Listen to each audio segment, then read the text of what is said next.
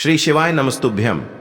हर हर महादेव। दोस्तों, आप सभी लोग जानते हैं कि 7 जनवरी 2025 मंगलवार को पड़ रही है पौष महीने की अष्टमी तिथि, जो बहुत ही खास है। और दोस्तों, ये वो अष्टमी तिथि है जो कि पौष महीने में मंगलवार को पड़ रही है, तो इस दिन का महत्व और भी अधिक बढ़ जाता है। और दोस्तों, इसी दिन किया जाने वाला पंडित जी द्वारा बताया गया एक लाल फूल और एक सफेद फूल वाला उपाय आप लोगों को जरूर करना चाहिए, क्योंकि दोस्तों, ये एक ऐसा उपाय है जो कि हर दिन नहीं किया जाता। पौष महीने में जो अष्टमी तिथि आती है उसी दिन किया जाता है। अगर आप लोगों ने इस उपाय को नहीं किया है या किसी कारणवश नहीं कर पाए हो, तो इस दिन इस उपाय से मत चूकना दोस्तों। देखिए, यह दिन इतना खास होता है, इतना महत्वपूर्ण होता है। देखा गया है कभी कभी बड़े बड़े पूजा पाठ अनुष्ठान से जो मनोकामना पूर्ण नहीं होती है, वह पौष महीने की अष्टमी के दिन एक छोटे से उपाय करने से ही आपकी मनोकामना पूर्ण हो जाती है। और बहुत सारे लोगों ने इस उपाय को किया भी है और उनको इस उपाय को करने का फल भी जरूर मिला है। अगर आप लोग भी इस उपाय को इस अष्टमी के दिन करना चाहते हैं, तो आप इस उपाय को पहले अच्छे से समझ लेना, सुन लेना, उसके बाद करना। आपको इस उपाय का फल जरूर मिलेगा, आपकी सभी मनोकामनाएं पूरी हो जाएंगी।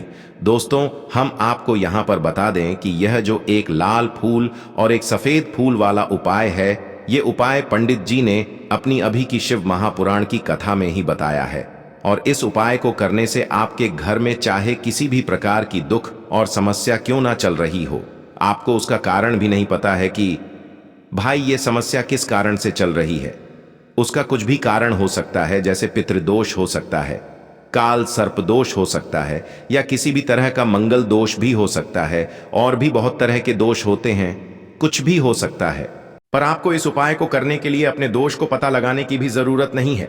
आपके घर में किस कारण से इतनी दुख और परेशानी आ रही है, वह भी आपको पता लगाने की जरूरत नहीं है। बस मंगलवार की अष्टमी के दिन इस उपाय को कर लेना, क्योंकि इसी एकमात्र उपाय को करने से आपके पूरे घर परिवार में सुख और शांति हो जाएगी। आपके घर में अच्छे अच्छे काम होने लगेंगे। आपकी जो भी मनोकामना होगी वह भी धीरे धीरे करके पूर्ण होना शुरू हो जाएंगी। अब हम समझते हैं इस एक लाल फूल और एक सफेद फूल वाले उपाय को आपको करना कैसे है, किसको करना है, किस समय करना है और कैसे करना है। देखो, उपाय बिल्कुल आसान है, बस समझने वाली बात है। ध्यान से समझिए, उसके बाद ही आप लोग जो है इस उपाय को जरूर कीजिएगा। सबसे पहली चीज हम लोग ये समझते हैं कि इस एक लाल फूल और एक सफेद फूल वाले उपाय को इस आने वाली अष्टमी के दिन किसको करना है। तो देखिए, इस उपाय को घर के सभी सदस्यों को करने की बिल्कुल भी जरूरत नहीं है। घर में से कोई एक मुख्य बड़ा सदस्य ही इस उपाय को करेगा, तो उस घर परिवार के सभी सदस्यों को इस उपाय को करने का फल मिल जाएगा। पर वो बड़ा सदस्य कौन होगा, कौन व्यक्ति इस उपाय को करेगा, तो यहाँ पर देखिए, हम आपको बता दें, घर की जो बड़ी माताएं बहनें होंगी, घर की बड़ी माताओं बहनों में से कोई भी एक माता बहन इस वाले उपाय को कर सकती है। अपने पूरे घर परिवार के लिए घर में सभी सदस्यों को इस उपाय को करने की जरूरत नहीं है। मात्र घर की जो बड़ी माताएं बहनें हैं, उनमें से कोई भी एक माता बहन इस वाले उपाय को करेगी, तो उसके घर परिवार के पूरे सदस्यों को इस उपाय का फल मिलेगा। अगर किसी कारणवश माताएं बहनें घर में उपस्थित ना हो या वो इस उपाय को ना कर रही हो, कुछ दिक्कत हो, तो भाई उस जगह पर फिर घर का कोई बड़ा व्यक्ति भी इस उपाय को कर सकता है। माताओं बहनों के कहने का मतलब ये था कि माताएं बहनें घर की लक्ष्मी होती है।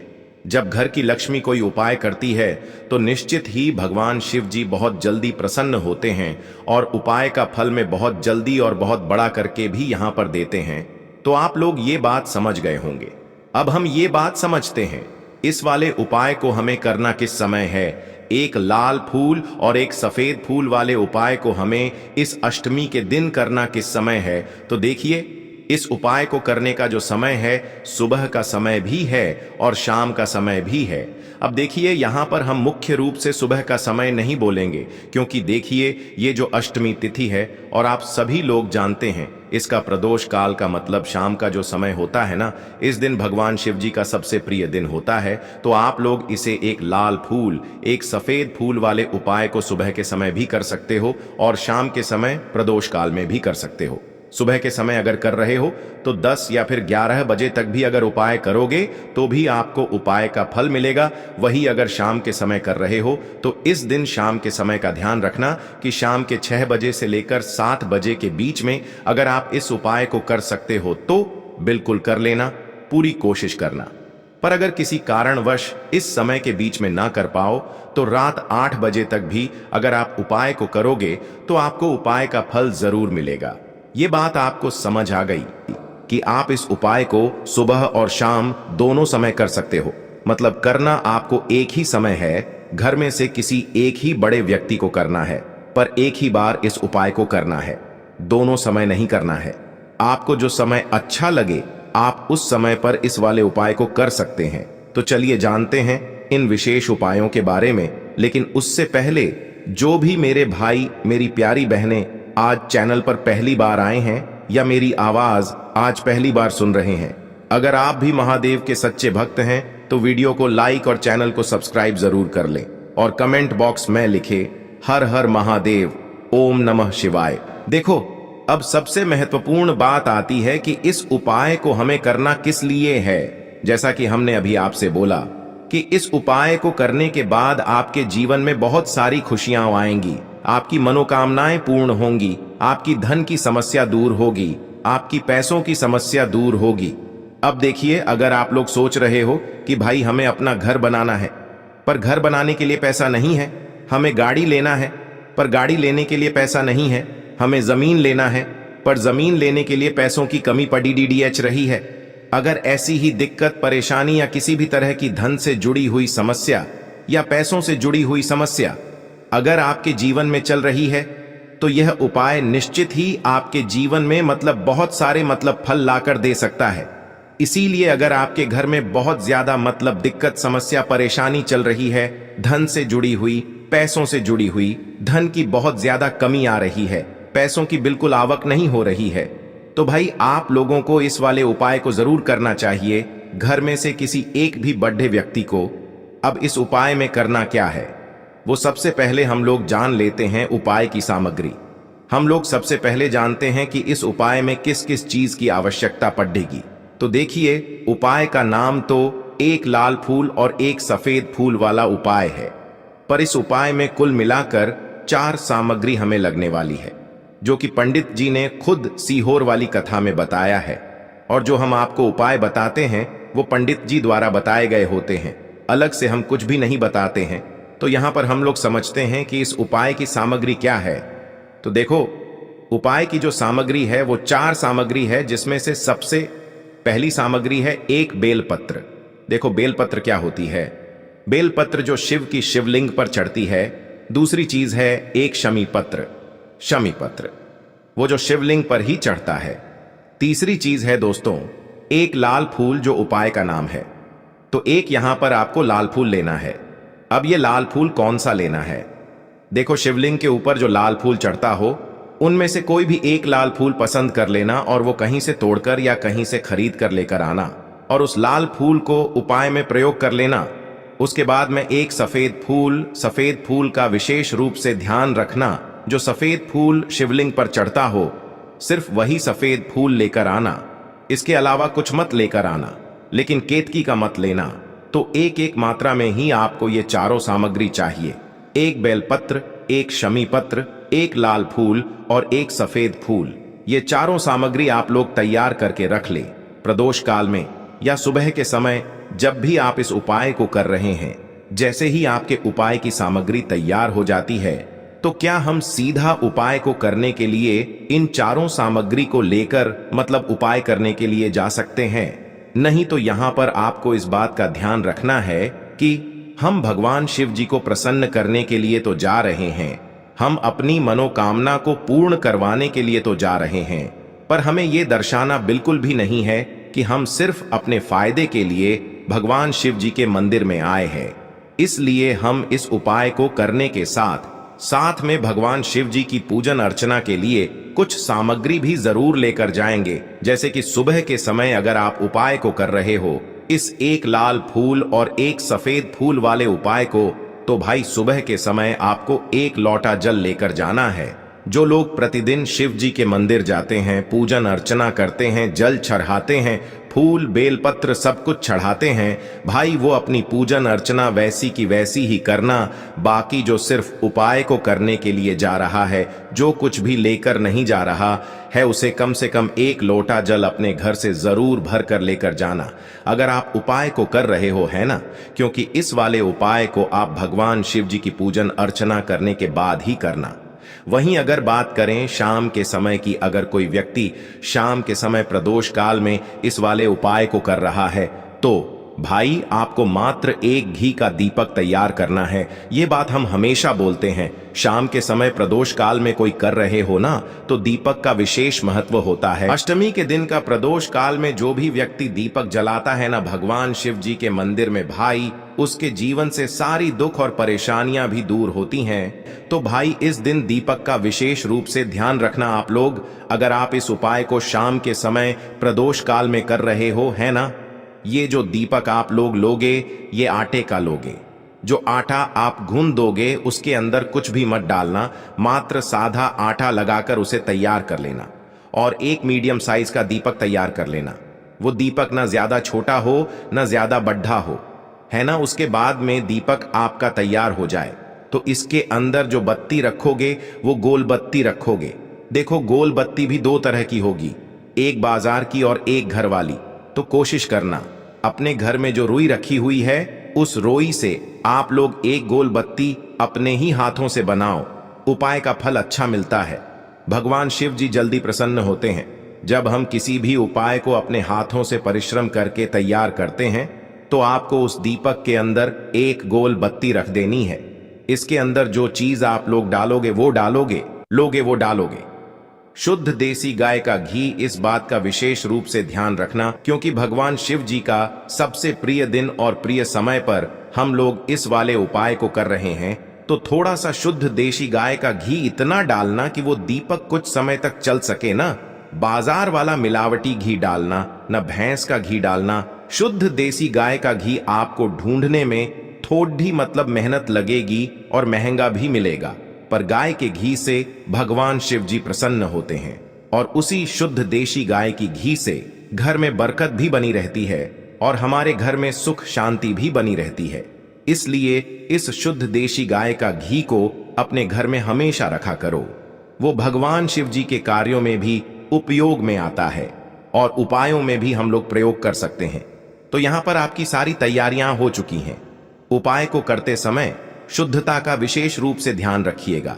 सुबह कर रहे हो तो भाई सुबह तो आपको स्नान करना ही करना है। बाकी शाम को कर रहे हो तो शाम को मात्र हाथ मुंह धोकर भी आप लोग इस वाले उपाय को कर सकते हो। कोई दिक्कत वाली बात नहीं है भाई। उपाय की पूरी सामग्री तैयार करके और पूजन सामग्री लेकर आपको भगवान शिव जी के मंदिर पहुंचना है, जो आपके घर के पास में हो, जहां पर शिवलिंग विराजित हो, शिवालय हो, वहां पर आप लोगों को पहुंचना है। और जैसे ही आप भगवान शिव जी के मंदिर में पहुंचते हो, वहां जाकर ही उपाय शुरू नहीं करना है। पहले आपको भगवान शिव जी की पूजन अर्चना करना है। पूजन अर्चना कैसे करोगे? सुबह के समय गए हो तो 1 लोटा जल वगैरह जो भी पूजन सामग्री लेकर गए हो, उससे पहले पूजन सामग्री आप लोग मतलब पूजन भगवान शिव जी की कर लो। जो व्यक्ति सिर्फ 1 लोटा जल लेकर गए हैं, वो शिव जी की शिवलिंग पर मात्र 1 लोटा जल एक धारा से धीरे धीरे करके चढ़ा लो, है ना। अपनी पूजन अर्चना आप लोग जो हैं पूरी कर लो पहले। उसी के बाद अगर आप शाम के समय कर रहे हो तो पहले जाकर बैठना है भगवान शिव जी के शिवलिंग के पास में। आप जो दीपक तैयार करके लेकर आए हो, उस दीपक को पहले जलाना है। ये जो दीपक आप लोग जलाओगे ना, ये किसी और की माचिस से मत जलाना, अपनी ही माचिस अपने ही घर से लेकर आना और इस दीपक को अपने ही माचिस से जलाना। अगर आपने मंदिर की माचिस या किसी और की माचिस ले ली इस उपाय को करने में, इस उपाय का फल उस व्यक्ति को भी थोड़ा बहुत मिल जाएगा। इस बात का ध्यान रखना, अपने घर से अपनी ही माचिस लेकर जाना और इस दीपक को जलाना।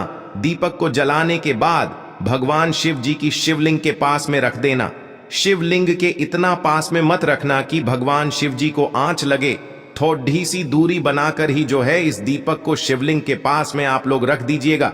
अब जैसे ही आपकी पूजन अर्चना हो जाती है, भगवान शिव जी के शिवलिंग के सामने या आसपास कहीं पर भी बैठ जाइए। उपाय को करने के लिए। और उपाय को करने से पहले आप लोग अपनी वह चारों पूजन सामग्री निकाल लीजिए। उपाय की जो सामग्री है वो निकाल लीजिए और भगवान शिव जी के शिवलिंग के ऊपर एक माता अशोक सुंदरी जी का स्थान देख लीजिए। माता अशोक सुंदर जी का जो स्थान होता है वो जलाधारी के ऊपर होता है, जलाधारी के बिल्कुल बीचों बीच में होता है।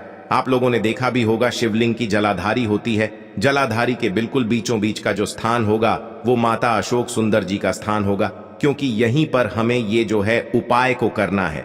सबसे पहली चीज, अब हम उपाय को करना शुरू करते हैं। आप सबसे पहले अपनी एक बेलपत्र उठा लो। एक बेलपत्र को आपको माता अशोक सुंदरी जी वाले स्थान पर सबसे पहले समर्पित करना है। बेलपत्र की डंडी का मुख होगा जलाधारी की तरफ, जहां से जल बहता है और नीचे गिरता है, और बीच वाली बड्डी पत्ती का मुख मतलब शिवलिंग की तरफ होगा। इस तरीके से आपको इस बेलपत्र को माता अशोक सुंदरी जी वाले स्थान पर समर्पित कर देना है। उसके बाद में अपनी एक शमी पत्र उठा लो जो आप उपाय के लिए लेकर आए हुए हो। शमी पत्र को उठाकर शमी पत्र की भी जो डंडी का भाग होगा वो जलाधारी की तरफ करके, जहां से जल बहता है नीचे गिरता है उस तरफ करके, और पत्ती वाला भाग शिवलिंग की तरफ करके इस शमी पत्र को भी उस बेल पत्र के ऊपर आपको समर्पित कर देना है। समर्पित करने के बाद अब आप ले लो अपना एक लाल फूल जो आप उपाय को करने के लिए लेकर आए हुए हो। इस लाल फूल का जो खिला हुआ भाग होगा, चाहे वो गुलाब का फूल हो, चाहे कोई सा फूल जो शिवलिंग पर चढ़ता हो, भाई उस फूल का जो खिला हुआ भाग होगा वो शिवलिंग की तरफ होगा। बाकी जो पीछे का भाग होगा फूल का वो जलाधारी की तरफ, जहां से जल बहता है नीचे गिरता है उस तरफ होगा। और आखिरी में आपका जो एक सफेद फूल बचा हुआ है, इस सफेद फूल को भी आपको लेना है, और सफेद फूल का जो खिला हुआ भाग होगा वो शिवलिंग की तरफ होगा, जहां पर शिवलिंग रखा हुआ है उस तरफ होगा, और डंडी का भाग जलाधारी के पीछे की तरफ हो जाएगा। मतलब जो जहां से जल बहता है और नीचे गिरता है। जब आप लोग एक बेलपत्र, एक शमी पत्र और एक लाल फूल, एक सफेद फूल चढ़ा रहे हो, तो उस समय आप लोगों को कांता भगवान या कांता चक्र का नाम लेते हुए ही जो है इस उपाय को करना है, और भगवान शिव जी और नारायण जी का स्मरण करते हुए ही इस उपाय को आपको करना है। तो जब भी आप एक बेल पत्र, एक शमी पत्र, एक लाल फूल और एक कमी हो रही है, जो भी दुख और समस्या परेशानी चल रही हो, आपको अपनी वह दुख और परेशानी जो है भगवान शिव जी से उपाय को पूरा करने के बाद वहीं पर पास में बैठकर बोल देना है। हाथ जोड़ के आंखें बंद करके अपनी परेशानी और श्री शिवाय नमस्तुभ्यम का जाप करना है। दोस्तों, आज हमने इस वीडियो में कुछ उपाय बताए हैं जो आपको करने हैं। अगर आपको वीडियो अच्छी लगी हो तो वीडियो को 1 लाइक और चैनल को सब्सक्राइब जरूर करें। हर हर महादेव।